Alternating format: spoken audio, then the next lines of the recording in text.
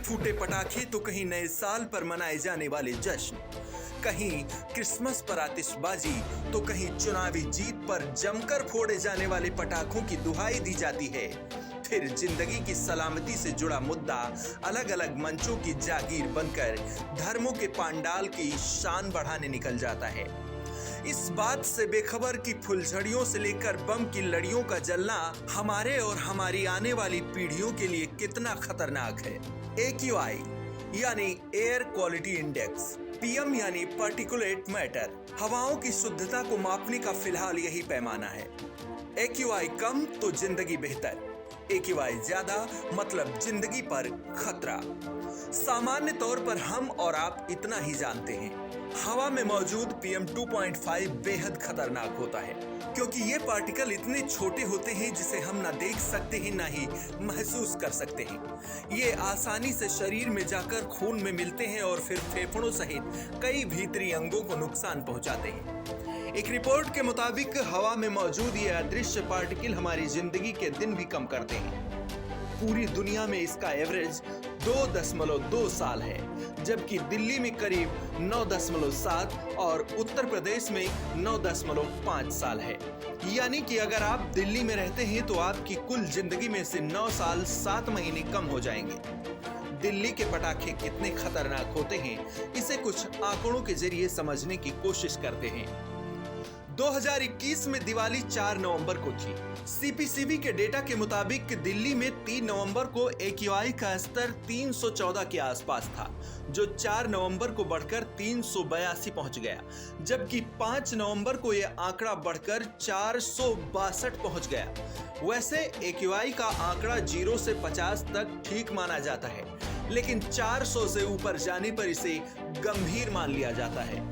दुनिया भर में हवा की हालत पहले से ही खराब है। खराब हवा के चलते दुनिया भर में करीब 70 लाख लोग बेमौत मारे जाते हैं, जबकि अकेले भारत में मौतों का ये आंकड़ा 16.7 लाख से भी ज्यादा है।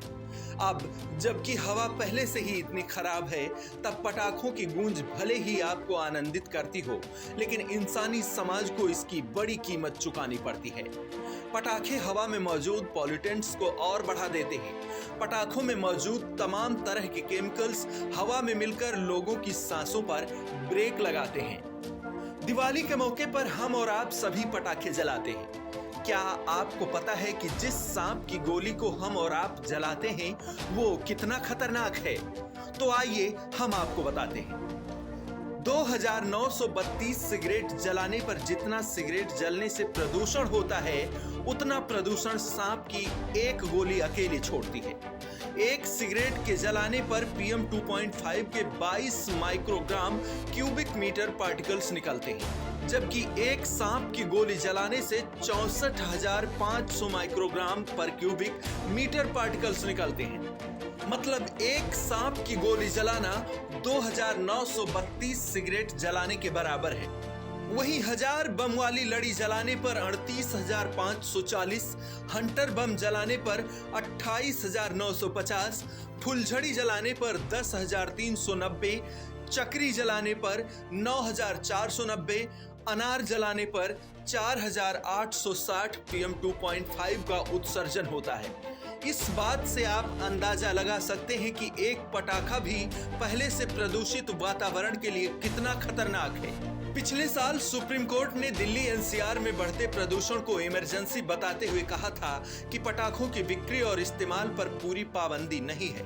वहीं 2018 में सुप्रीम कोर्ट ने पटाखों की बिक्री और इसके इस्तेमाल को लेकर गाइडलाइंस भी जारी की थी, जिसके तहत सिर्फ ग्रीन पटाखे या फिर इको फ्रेंडली पटाखों के इस्तेमाल ही किए जा सकते हैं, और ये पटाखे भी सिर्फ वही दुकानदार बेच सकते हैं जो लाइसेंसधारी हैं। लेकिन इन सब के बावजूद भी दिवाली एक बार फिर करीब है और फिर वही बहस छिड़ेगी। फिर पटाखे को कटघरे में खड़ा किया जाएगा। पटाखों के इस्तेमाल से देश के हर बड़े शहर की हवा प्रदूषित होती है। हवा में मिले PM 2.5 के पार्टिकल्स लोगों के दम घोंटते हैं। लाखों लोग मारे जाते हैं। सरकारें सिर्फ पटाखों पर पाबंदी के आदेश देकर घर बैठ जाती हैं, जबकि पटाखों के जलाने के अलावा भी बड़े पैमाने पर प्रदूषण फैलाने वाले कारण हैं जिन पर भी मजबूत पाबंदी लगाई जा सकती है। लेकिन दिवाली के करीब प्रदूषण और पटाखों पर चर्चा के बाद ये किताब 1 साल के लिए बंद कर दी जाती है।